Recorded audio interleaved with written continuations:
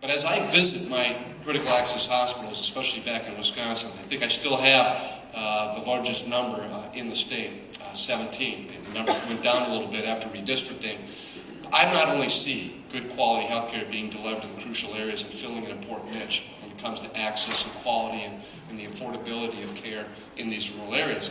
I see engines of economic growth and job creation. I see some of the strongest leaders that we have in those communities who are intimately involved in these rural hospitals. And that's why I feel so strongly that being an advocate and being a voice for what you're all about here in Washington and trying to help get that message out. Because this is more than just hospitals doing their business in rural areas. It's the support of the rural communities. It's job creation. It's attracting businesses into these areas as well to keep them competitive, to keep them vital components to economic growth and job creation. And I see that all the time when I'm moving around, as well as those people stepping up when it comes time to helping out in the community too. So they are very, very important. I think you have an incredibly important and strong story to tell. The key is not to be shy in telling it and to take full advantage in establishing those relationships with your respective offices, either in the House or even in the Senate. And typically in the past, when it comes crunch time, we do still enjoy many, many allies on the Senate side that can also be helpful in the negotiations when it comes to critical access voices and the issues that are affecting you. Most recently in the fiscal cliff, we were successful in being able to extend some of those rural health provisions during the fiscal cliff, when there was a lot of talk that they would just be neglected and not enough attention being paid to them.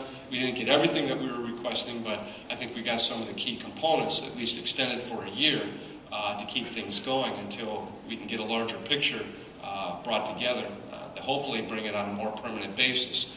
And as Tim mentioned in his introduction, I'm teaming up with Greg Walden to reintroduce the Critical Access Flexibility Act in regards to the 25-bed limit that exists right now, giving you the choice of whether just staying with that 25-bed limit or going to a more flexible 20-bed average type of figure, given the peaks and valleys of bed occupancy.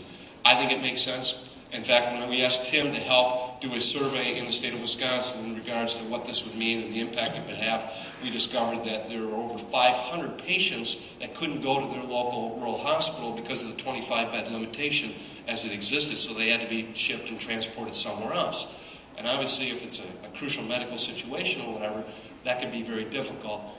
It's unacceptable, and there should be greater flexibility in the use of your resources. And there should be a recognition of that out here, and that's exactly what the legislation that Greg Walden and I are attempting to get across the finish line, again with your help and your advocacy in other offices.